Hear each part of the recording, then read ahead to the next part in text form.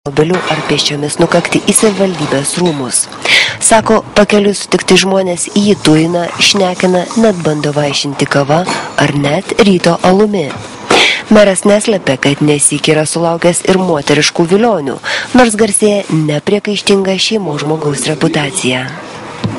Matot, kad aš neturiu labai to laiko, kur būtų galima turėti tam tikrą privalomą laiko atkarpą, per kurią galima kažką suvilioti, nes aš laiką bėgime.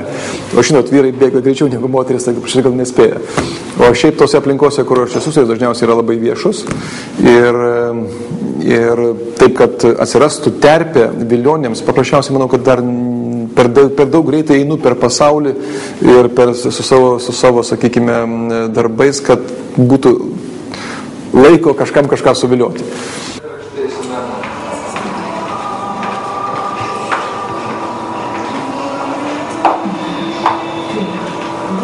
Kada?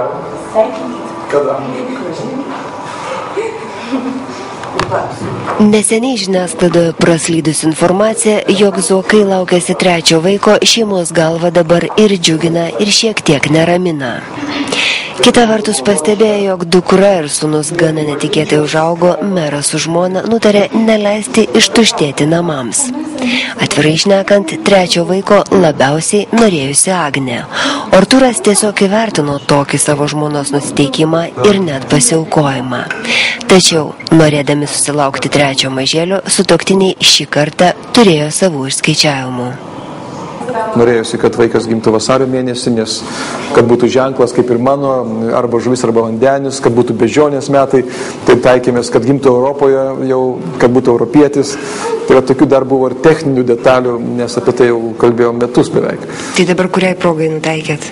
Tai mes labai gerai pataikėm ir gerai turi išeiti. Ir aišku, daug dėk, kad viskas būtų gerai. Nors metas gal ir nėra pats palankus ir iš tikrųjų norėtųsi ir Agnę apsaugoti nuo tų visų dalykų. Sakau, neskaityk tu to laikraščių, čia, žinai, vieną dieną prašė, rytoj tai šiukšlių dėžėj. Nežiūrėk tų televizorių laidų, ar tai yra vertybė kažkokia. Čia, nežinau, dar broliukas, aš esu, čia yra nuotraukos. Dar neaišku. Bet jau musikuoja, sveikinasi, mus ranką musikuoja. Ką norit? Berniuko. Berniuko irgi? Geras, klausai.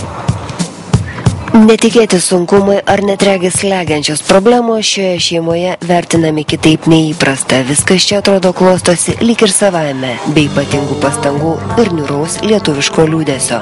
Kad ir kaip būtų blogai, vis tiek gyvenimas juda pirmyn.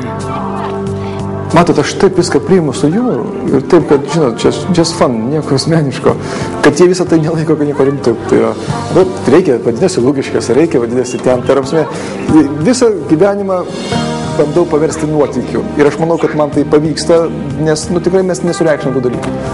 Netgi kartais tikrai, kad atrodytų jau riba. Bet, kas čia tokia, nieko čia baisaus nėra. Žmogus daug gali iškesti. Ta diena, kai filmavome Zuokų namuose, šeimos galva pasirodo buvo tiesiog pamiršęs apie tai įspėti kitus. Dėl to problemų nekilo.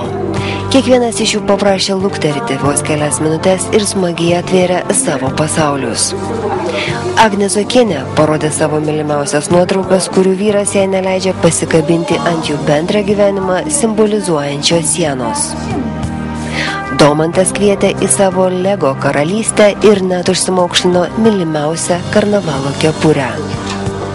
O Gabrielės kūriniais nuoširdžiai didžiavosi abu tėvai. Didžiausią diskomfortą ko gero sukėlėme triušiui vardu Nato, kuriam ir lempas pigino ir dėmesio buvo pernelyg daug. Viena moteris manęs paklausė, o kiek jūs kalbate su savo vaikais? Nes čia yra pagrindas vaikų auklėjimui. Ir iš tikrųjų, aš paskutiniu metu mažai kalbu. Gerai, kad Agnė daug kalba, bet aš mažai kalbu. Taigi, mūsų vaikai neturi nieko išskirtino, ką galima būtų pasakyti, kad jie gyvena kažkokį kitą gyvenimą. Aišku, jiems galbūt yra geriau, nes mes dažnai važinėjom į kelionės visą laiką kartu. Galbūt galimybė išvažiuoti, paplaukėti su laivu, naujos patirtys, sakykime. Bet tai formuoja juos kaip žmonės ir jų pasaulėžiūrą. Bet kad jie turėtų kažko tokio išskirtino, nieko panašaus. Patys turi tvarkytis kambarius, patys turi... Mano vaikai gali mums padaryti tėvams valgyti, atnešti sekmadienį į lovą. Ką norit, spagetį, pizzą iškepti, ten kinietišką patiekalą padaryti.